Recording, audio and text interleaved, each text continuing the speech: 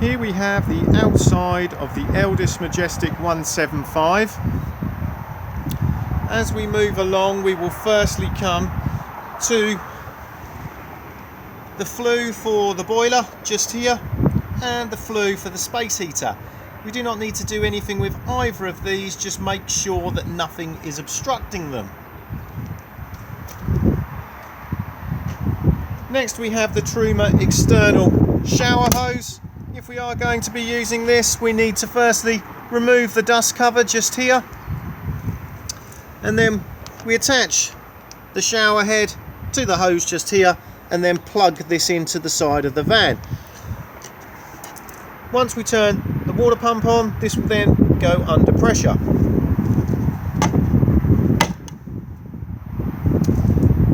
Next we have fresh water into the van. Push in, twist to remove the cap, pop your hose in to fill up your fresh water tank. As you can see, this cap can also be locked. To drain the fresh water tank down, it is done at this point just here.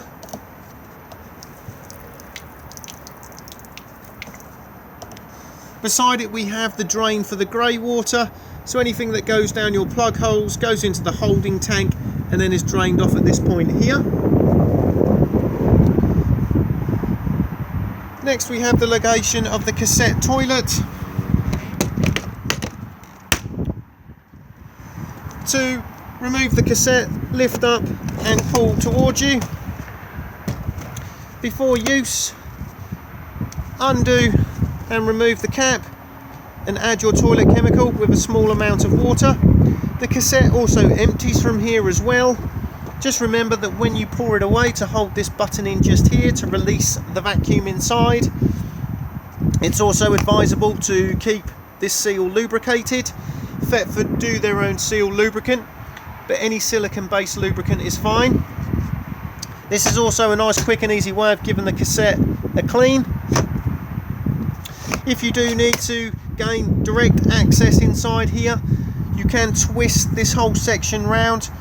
What you want is this arrow to be pointing to this symbol just here, and then you can take the whole section out. These are all now on wheels with extendable handles.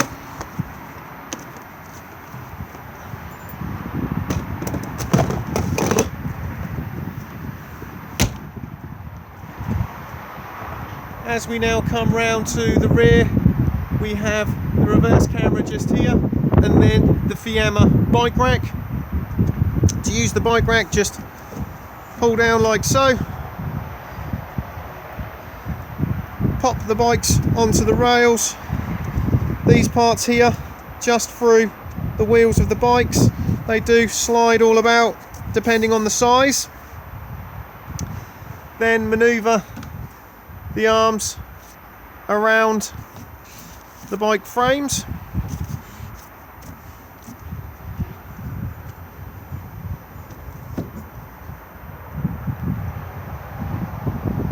As we now come round to the other side, we have the external barbecue point. If you are going to use this, you will need a barbecue adapter. They're basically a brass spear about this long. Attach the hose of the barbecue to one end with a Jubilee clip, and then the other end just plugs in where my finger is here. Once it's locked into place, you will then be able to turn the gas on.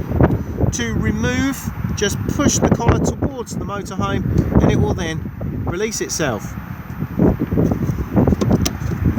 Beside this, we then have the gas locker.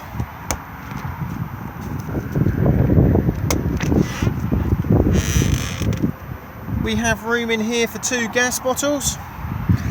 The whale regulator just sits here, and then the hose comes off the regulator and screws into the propane bottle and is tightened with a gas spanner. Bottle on and off on the top. Do make sure that the bottle is isolated for travel.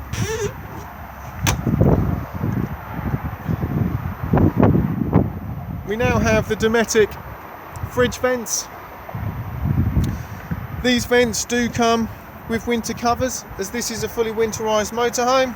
So if you are using the van in extremely cold climate, these can be put on the vents. Pop it in like so, and then with a flat-headed screwdriver or the ignition key, just turn to lock these into place, and then the fridge will only vent from the lower points here, thus holding some heat in and running efficiently. Do make sure that these are off in the warmer months, or otherwise the fridge will just overheat.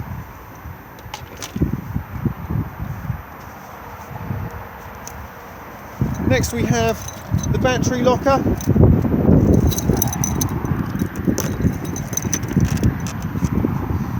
So we have the leisure battery just here, and then the mains hookup point just here. And then we also have access underneath the bench seat.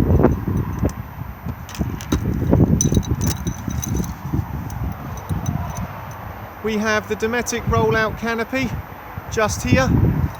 To wind it out, pop the winding handle just into this point here.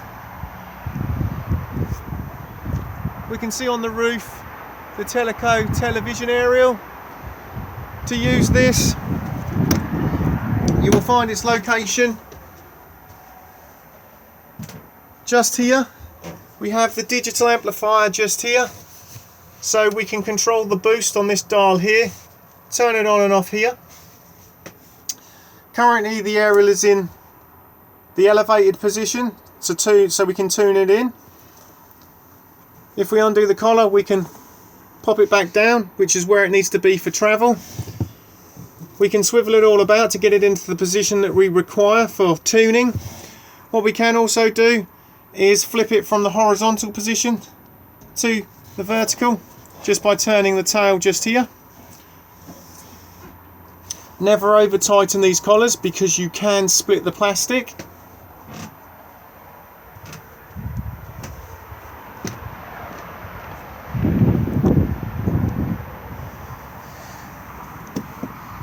We now have diesel fill just here, unlocks on the ignition key, AdBlue top up just underneath. It will let you know when AdBlue needs topping up on the dash.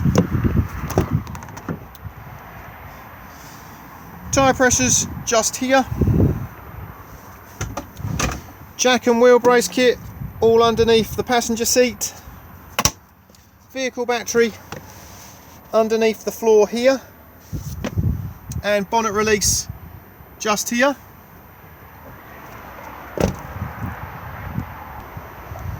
The motorhome is alarmed and is operated on the key fob just here. So if we now lock the van, you will get a single chirp to let you know that the van has been locked, but secondly the alarm has been armed.